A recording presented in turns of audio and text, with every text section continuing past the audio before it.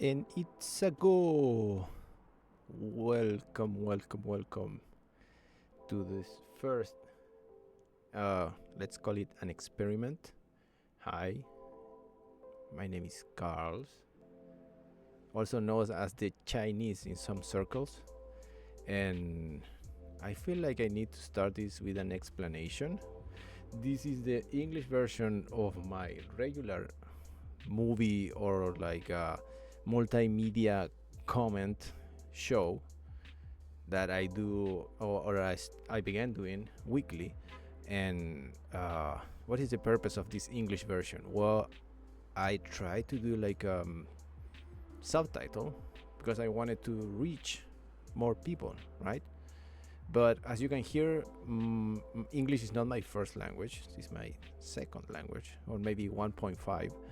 And these subtitles were never up to my expectations. So I decided to do this experiment where I take the same subject that I did on my movie review in Spanish and do it in English. But this is not a direct translation. This is me like rethinking what I said in that segment or in that review in that case. The curious thing about how this works is that and I do the same in Spanish, is that I take ideas that I thought of while watching a movie, for example, and I try to develop it. The point of making them through Twitch is for, in an ideal situation, having a conversation with users or whatever, right? So that's why I'm on Discord also, where I have some friends that are always welcome to come in. Sometimes they come in, sometimes they don't, but it's okay. And the idea is to do this sort of experiment, so not only I can practice my English, but try to, I don't know, reach a broader audience or whatever. Because I feel like people that like to communicate, they like to communicate, and that is what I need. I have a need to do. So I think it will be a great exercise in general. So without further ado, on my first episode ever in Spanish, I talked about one of my favorite movies from 2024, which was Robert Eggers' Nosferatu. I think it's worth to mention some things that happen in Spanish. In Spanish, you can say Robert Eggers, and egg is huevo is egg in Spanish, right? So you can call it Roberto Egg. It's funny and it's stupid, but whatever. So, as I said, I usually focus my reviews or comments on ideas, like guiding ideas that appear suddenly when I'm watching multimedia. Also, as you can see, and if you see this afterwards, I have my Twitch chat there, and many of my followers speak Spanish. If they do speak Spanish, I will address them, but in English. It's a weird experiment, okay? Bear with me. So, I'm not gonna do like a description of Nosferatu or like talk about funny stuff that happens or whatever, or like random data. Like, I don't do that. I'm very bad with information, with names. I often even forget the names of the characters, but I'm really good with ideas and feelings. And that's why the first one that I used on my original program, and I want to revisit now, was the idea or concept of Dracula. Granted, this is not Dracula, this is Nosferatu, but there's like a link in between them, right? Like the origin story or whatever, like the undead. Nosferatu means the undead, right? So basically, the idea that I try to develop when thinking about Dracula in a way to understand the movie Nosferatu was that I believe there are like two main ways of thinking about Dracula. One is him as a person, which would mean that it was a person at some point. He was normal, like he probably suffered some sort of contact with, I don't know, the supernatural. Like, I don't want to call it like the devil or whatever, but the point is, like, when Dracula is a person, his transformation becomes a sort of a human transformation, sort of a cause and effect type of transformation. So when you say like, why did he became Dracula? Oh, like he lost a loved one, or like he was tempted by the pagan forces of whatever, right? The problem with that idea of Dracula is that it limits the character, right? It just turns him into like a someone that did something for a reason, which I always find that it's not funny, but it serves a purpose in certain types of Dracula narratives.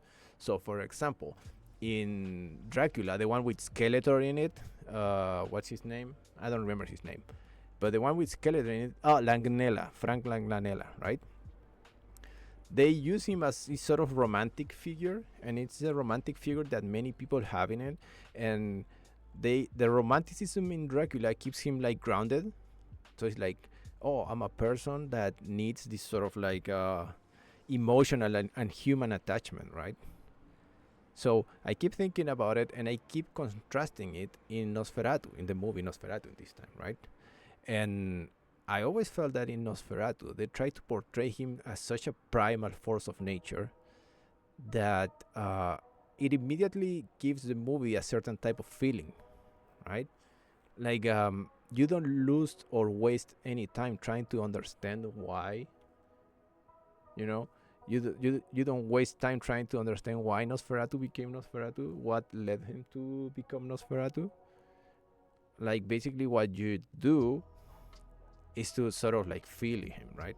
And of course, this commentary, it's completely spoiler full. Like I don't hold anything behind, because these ideas cannot be limited to just something that you can or cannot spoil, right? Because they develop throughout the whole movie.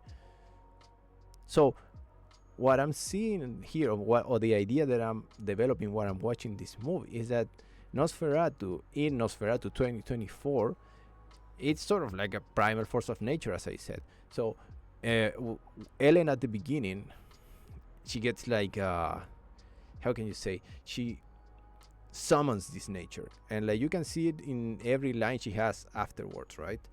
Like a moment of weakness, I call him in a moment of weakness, or like I needed him in a moment that I needed something. So immediately you think about it, and it's like why would Nosferatu come to a person like just as a person? You know, you cannot as a person just bring an argument to a person in need, especially in need of like some sort of emotional connection, right? They don't really talk about Ellen's background too much, but it's sort of like understood on the subtext that like she wasn't having a good time as a teenager, right? And of course this immediately makes you feel or think that as a person, as a person that once was a teenager, of teenage angst, right? Teenage suffering, depression that most of us have gone through at some point or another. Because when you are a teenager, society or the system tends to demand more of you that you can actually comprehend. So that's why when you're a teenager, you become not a victim, but you become accustomed, or maybe you become attached to emotions, or like I don't know, attached might sound a little bit, I don't know, like a bad thing, right? But it's not a bad thing. It's just how we are, right? So that is how the movie begins, and I felt that I never left that idea for the rest of the movie, right? I always kept this image whenever he appeared or whenever he talked about this individual that lost its personhood in turn to become whatever he is now, right? So, for example, when he talks, maybe we could call him it even instead of he, right? When he talks about what Ellen means to him, right? And he goes like, using the sort of the language like, you are my passion, you are like my emotion, right? Like why would a person need to overcome the will of another person if it's not for political gain, right? So this is not a person trying to dominate another one. That's sort of the point, right? This is not an idea, but this is a feeling. This is a feeling that takes you over, like I don't know, like following, no, not following, like falling to your primal instincts or your primal desires, right? And that's why she goes after, like, oh, I needed to ground myself to get rid of this desire for Nosferatu, right? For this wild and raw emotion. Like that's why she goes to the beast guy. I keep forgetting names. I said so. So I'm gonna have a relationship, like a real human relationship, and I'm gonna get rid of this, like immoral desire or whatever, like, right? To be under the spell of passion and like unbridled hunger, right? And isn't that just a picture or like a reflection of reality, right? You go from being a teenager, like super taken over by your feelings, and then you go like, oh, you get a job, uh, you get a partner, and like everybody goes like, oh, when are you gonna have a kid, or like, when are you going to do that? When are you going to do this, right? Doesn't it feel the same? Like losing your, um, as I said, your emotions, like your strong attachment to your emotions, for the sake of this balance. She calls it love, but like the way the movie is phrased, how can it just be that? Like, why isn't she in love with Nosferatu, but with the Beast guy, right? Is she in love of Nosferatu, or is she in the need for what Nosferatu represents, right? So if you keep going through and going through this game that they do, because they are the stars of the movie, basically, to me the star of the movie or the protagonist is Ellen, right? And the opposing force is Nosferatu. It's just an individual trying to sort of manage their emotions, which we all do, right? So as the movie goes on, they both become like entangled in this fight, right? I want this person that means some sort of like emotional crutch or whatever you want to call it, right? But a strong emotion. I want this strong emotion, and like Nosferatu wants this strong emotion, and like she's just trying to hold on to it, right? And she's like, no, I want to resist. I want to be, I don't know, a productive member of society or whatever you want to call it, right? Which is curious and fun to think about it, because whenever she gets these fits or these like spasms and like she gets like possessed by it, like, right, like, is that really supernatural, or is just a person trying to explore themselves? Which leads me to one of the aspects that I talk in my Spanish version, the one which I feel less secure to talk about, because I think the movie necessarily has like a sexual element to it. Like it's explicit, right? Because they even have intercourse during the process of the movie, right? So it's even there. But what does it mean? And this is attached to basically my second idea, which is Robert Eggers himself, and how I feel like nothing in his movies is a casualty. Nothing happens for just an artistic reason, or nothing happens just because it looked cool, right? Like he's never gonna be like Michael Bay, like, oh, I did this because it looked cool, like cars exploding and whatnot, right? I feel like everything he does in all of his movies is like pinpoint calculated to work to mean something. And in this case, is the sexual element of Ellen's passion for Nosferatu, right? In that scene when they have this really rough and sort of graphic sexual intercourse between Beast and Ellen, it's pretty hard not to think backwards or think back to what I was saying about them being just these opposing forces, primal forces trying to eat each other up, right? It's hard not going back to that idea and think that perhaps what she was craving at from the beginning wasn't something of a moral or ethical value, or was just something raw, right? Like a teenager, like being flared up by hormones and or like sexual tension, like I want to satisfy this, right? And Beast can't ever satisfy her because it's a person, right? A person has their own ideas, their own agendas, their own things that they want to do, and they don't really necessarily can give themselves completely to another person, even though we like to think that way when we think romantically about the world, right? I'm gonna give myself as a whole to another person.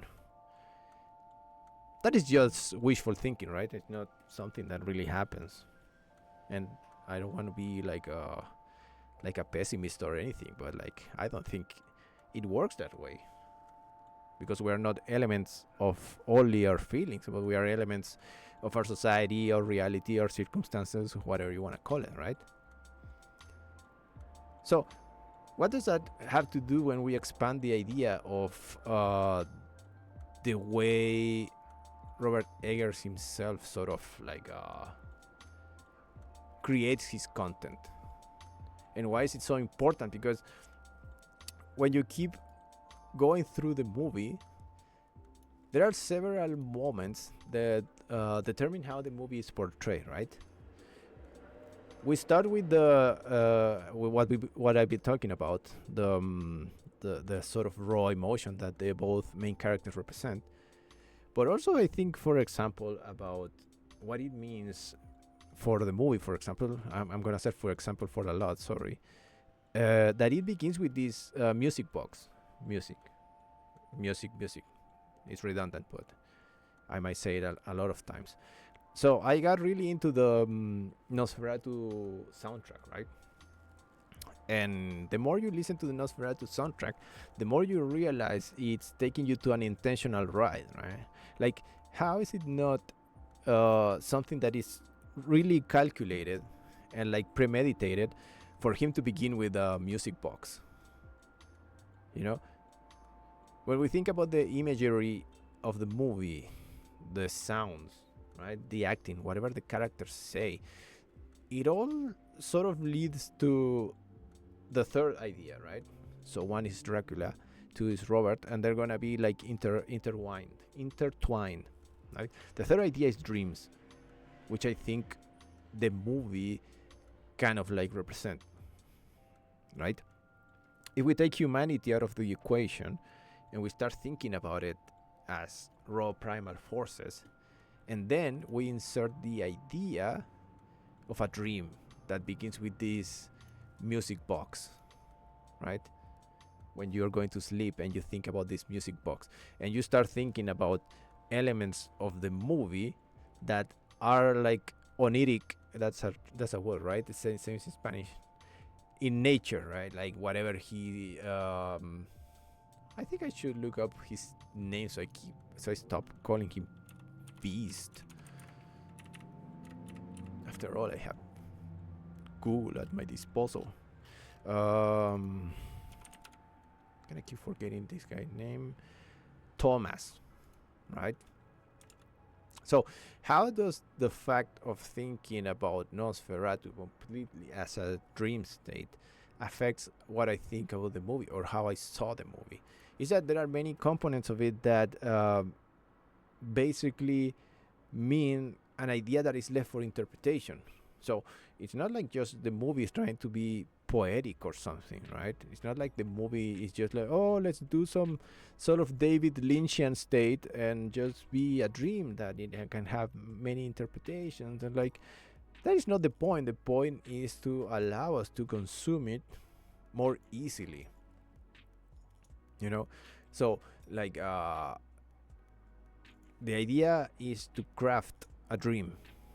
That sounds nice, right? To craft a dream. So the lightning, for example, not lightning like a thunder, but lighting, right? How he uses the light, how he goes to Castle Dracula and everything is dark.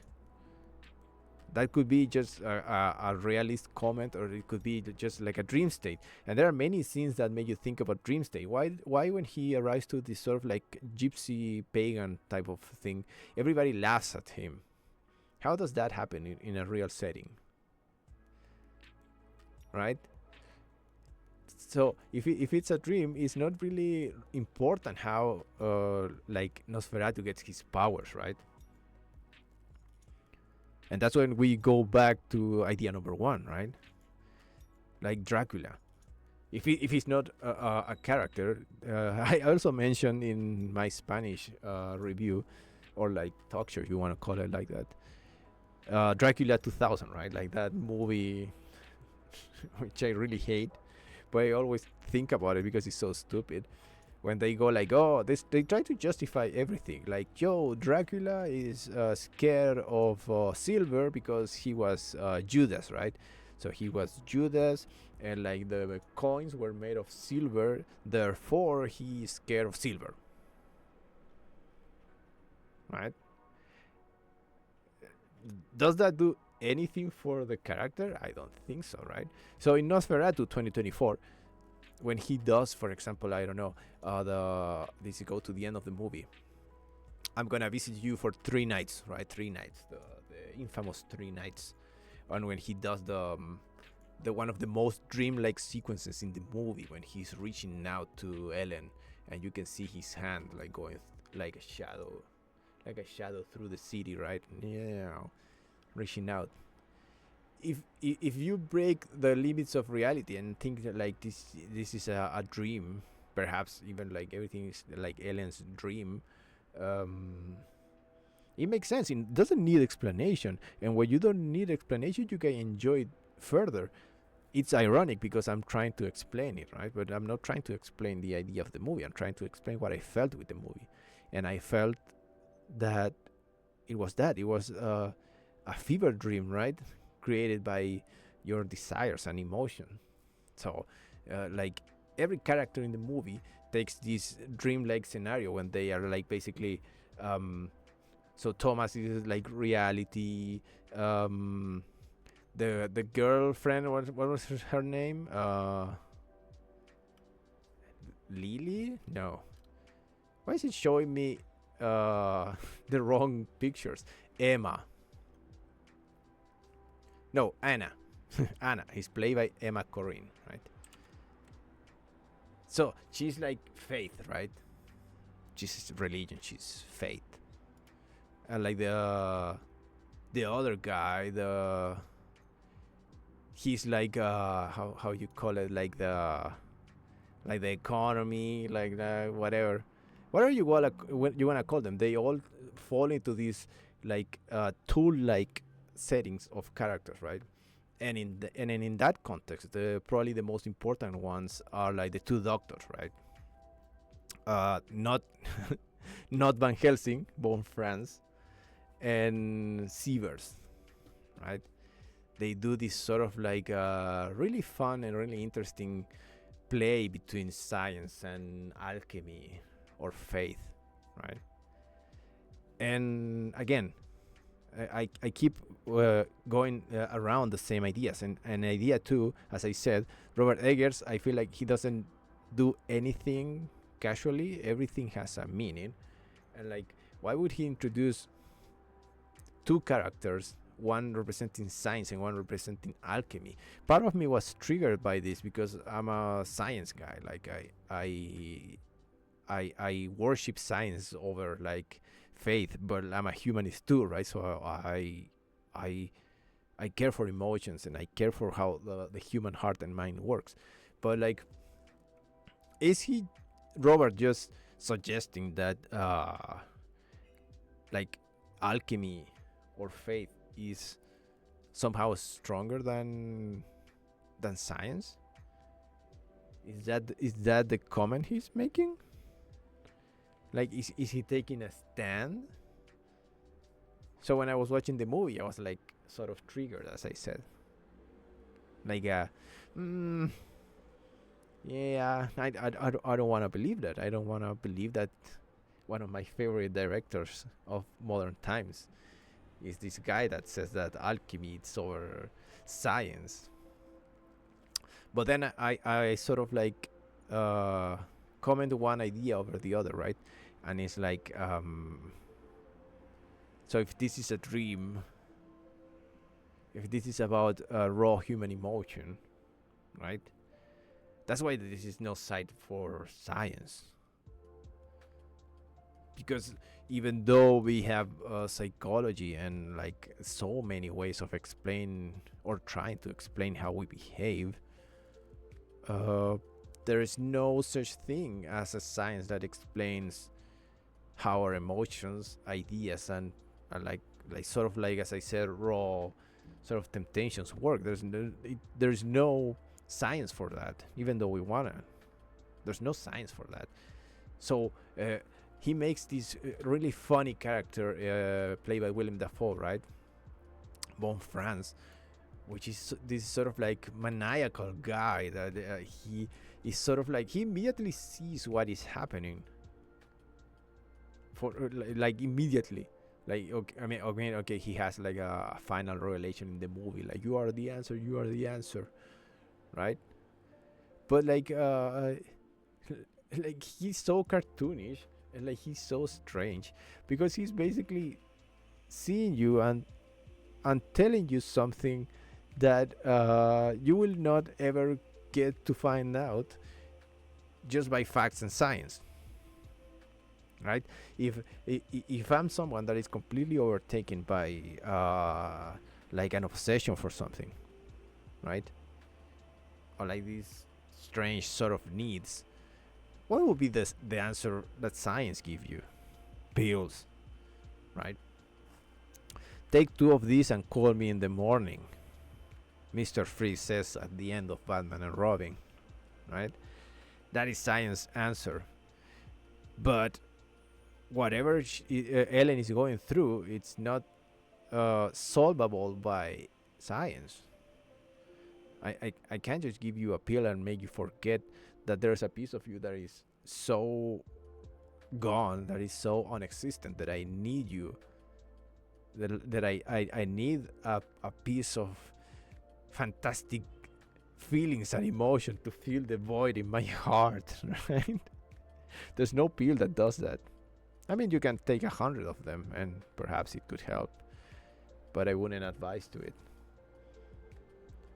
So as the movie progresses and I balance like these 3 ideas, you necessarily have to talk about the end of the movie, right?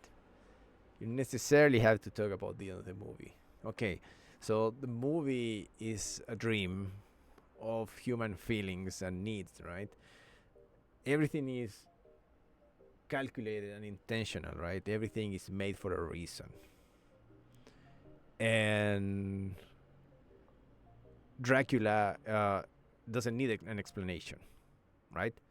But we get at the end an end that it's really sort of like a fairy tale, like, right?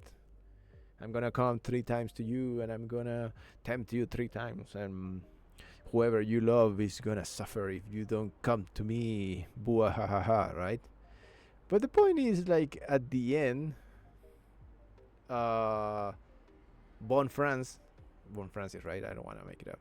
Yeah, Von Franz goes, you are the answer. You are the only one that can stop this sort of like unnatural creature, right? But if the natural creature is your own need, right? Your own needs, be it emotional, be it like, I don't know, like mental, but it just needs that are not science like, right? Needs that are not fact, needs that are of your own making, right? She goes, I'm gonna sacrifice myself to this monster, because the monster has a fundamental need, just as me, just as myself, right? And that's what happens, right? Like Nosferatu can't control itself either when Ellen finally delivers herself to him, right? And I have that awesome scene where like Von Franz goes like crazy and he's like burning Nosferatu's mausoleum, right? Like, because he knows like it's gonna happen, it's gonna happen. And when he tells Ellen like only you can do it, only you can choose it, basically, and like whoever listens to this, be warned, the Lord of the Rings is gonna come a lot whenever I talk. And I couldn't help to but to see Frodo's choice in Ellen's choice,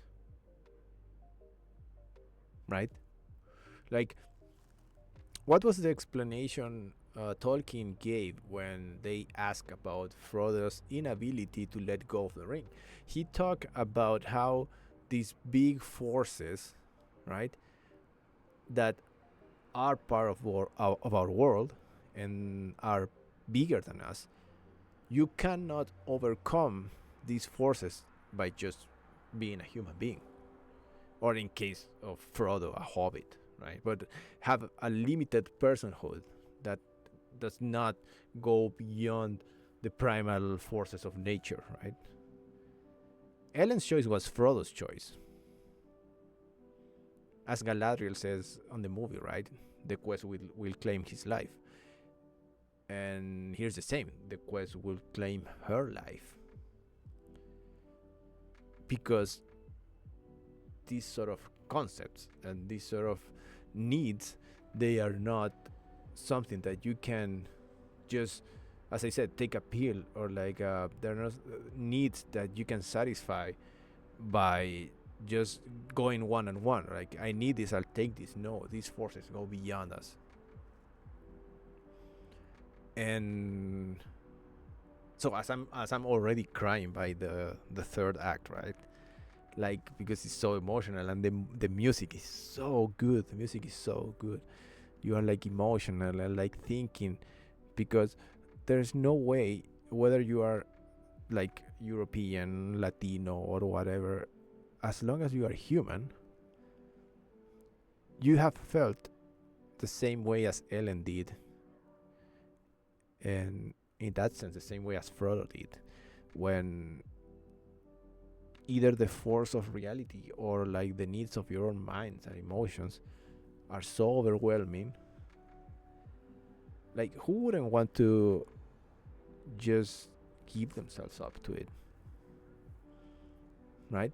It's the struggle that exists in all of us, that happens constantly, right?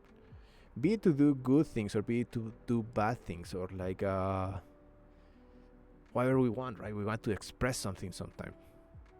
Even the simplest things. Sometimes we want to express like that, I don't know, that we care for something. Like that we want something.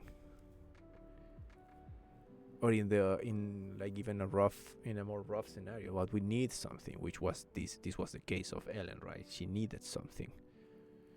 And Thomas wasn't enough. Reality wasn't enough. And it never is, right?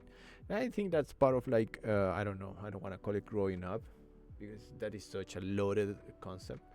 It's not growing up. It's not like becoming aware. It's not like being healthy, right? Because that shit doesn't exist.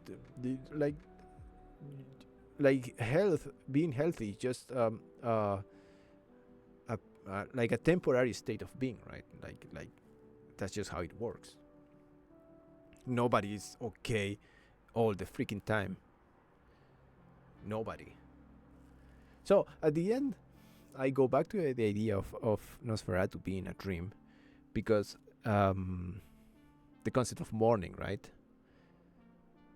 Morning comes and like everything is solved. Like, morning comes and everything sort of resolves itself.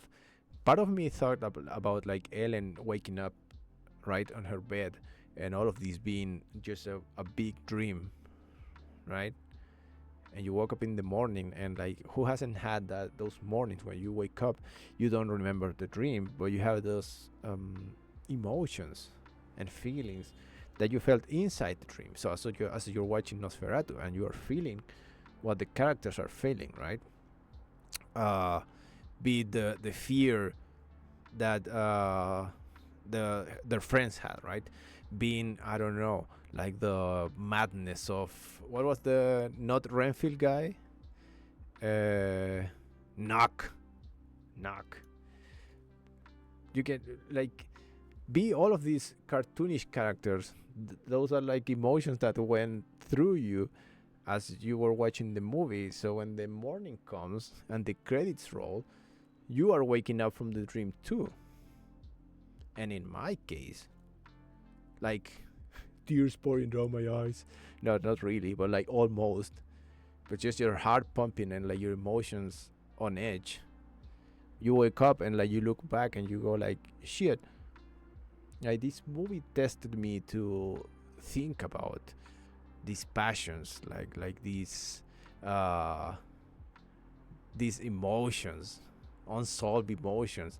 So you have this whole huge quest of like, how long is the movie? Like 2 hours and a half. You have like 2 hour and a half quest whose end was just Frodo being unable to throw the ring to the furnaces of Mount Doom because you are limited. And that's sort of one of the things that are so great about movies, right? Like the exercise of seeing, feeling, and thinking in this sort of like magical bubble. And Nosferatu does it so good that that's why I loved it. The fact that I can get these ideas out of it, and the fact that I've been thinking these thoughts not only once in Spanish but twice in English, and like I have like the same sort of like itch on the back of my neck of keep talking about it and like trying to communicate it. The fact that it happens like that talks to the quality of the movie. It's such an absorbent movie. I don't know if that's the right expression, but it absorbs you. It takes you out of reality for 2 hours and a half, and it doesn't matter like how Orlok came to be, right?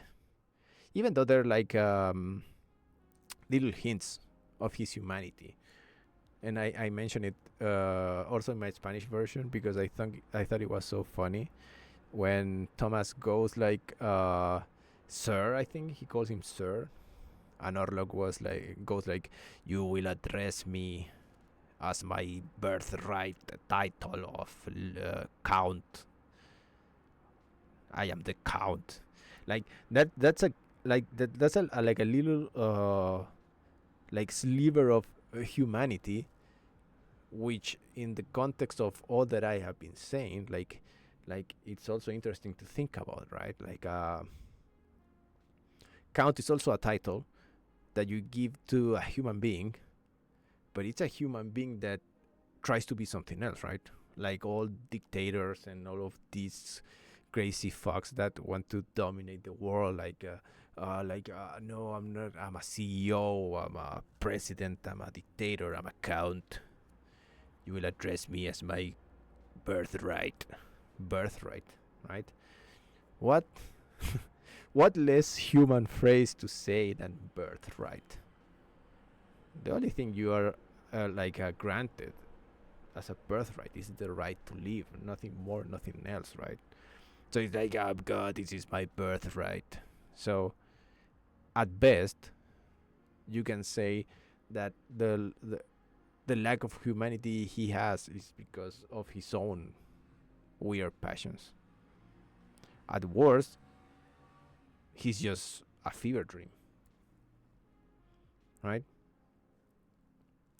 I don't remember exactly how I ended my Spanish version of it because I'm not really good at creating conclusions. Uh, I enjoy asking questions and sort of like seeing them develop, right? You never have answers, either one, two, or like how many you want them.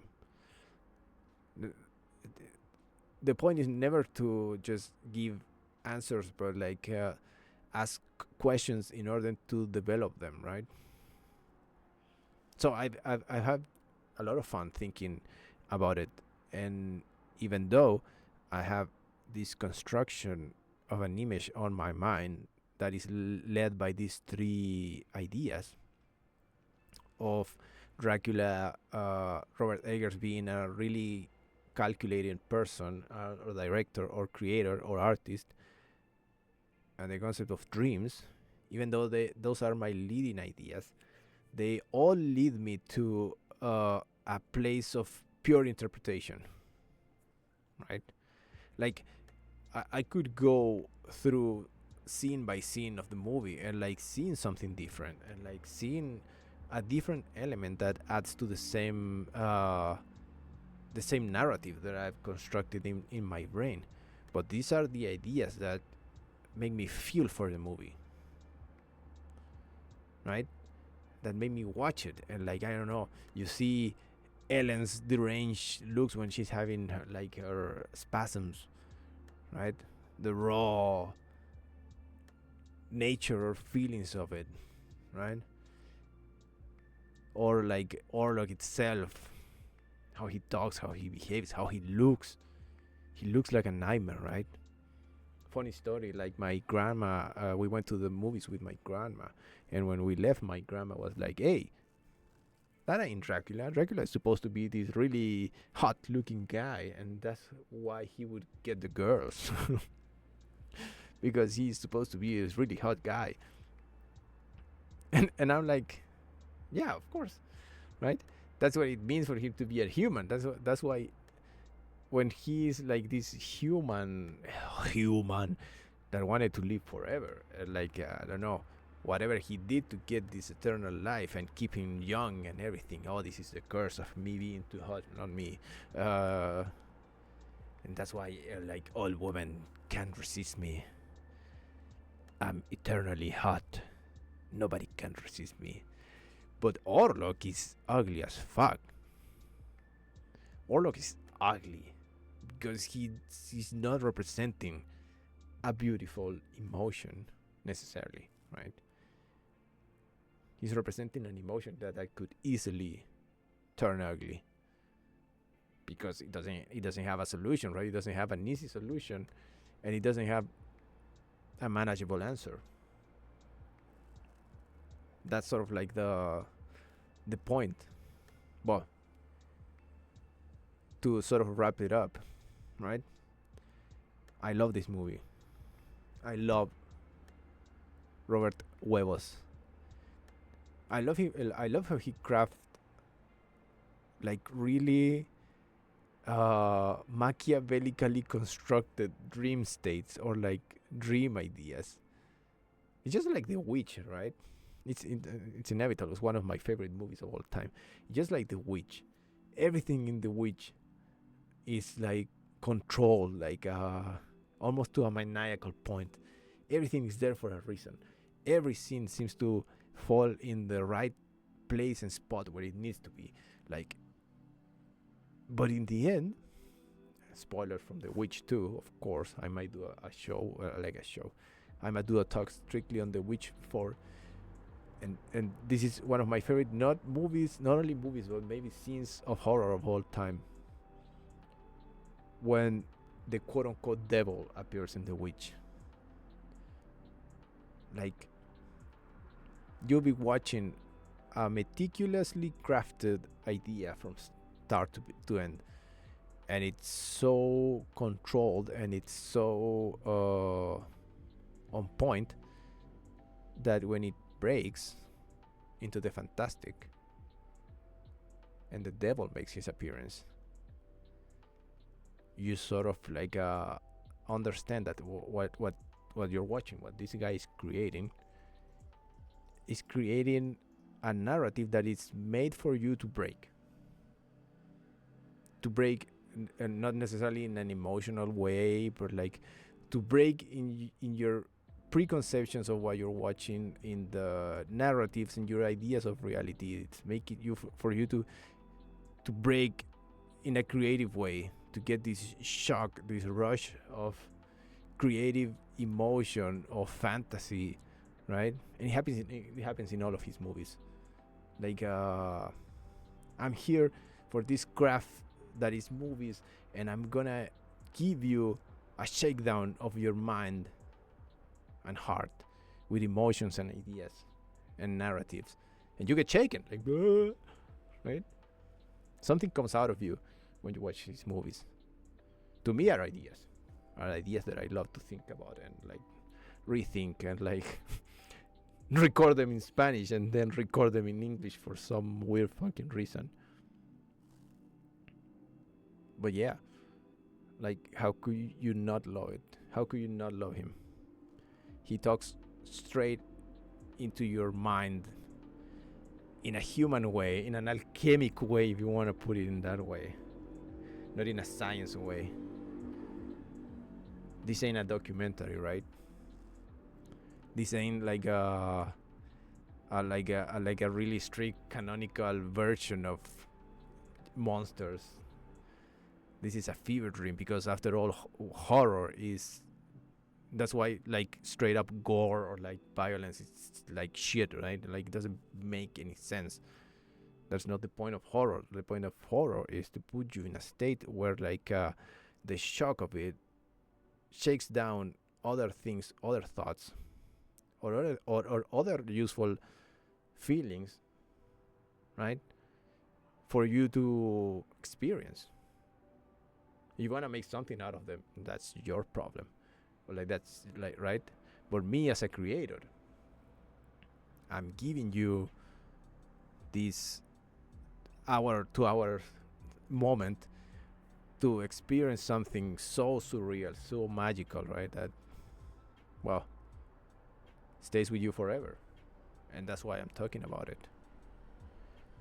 I think in the end I didn't spoil much. And certainly it wasn't as hard as I thought it would be. Well, because talking is just fun, even if you are on your own. But the idea in the future, like, if this work is to have spaces of conversation, right? So I already did episode 2 in Spanish, and I mean to do it again in English. And as I think about it, it's also giving me like the opportunity to rethink some of the stuff that I said. And it never changes; it just develops in a different way. Basically, in English, I'm less absurd. I'd say that I am in Spanish. But well, that's just a detail. I'm gonna end it there, because if I don't stop myself, I will never end. So if you're hearing this in the future, whatever, and you liked it, or you have something to say, well, let me know. I might answer or not, perhaps in your dreams. So better address me as my proper title. I'm just some guy talking on the internet. Thank you for listening. Bye.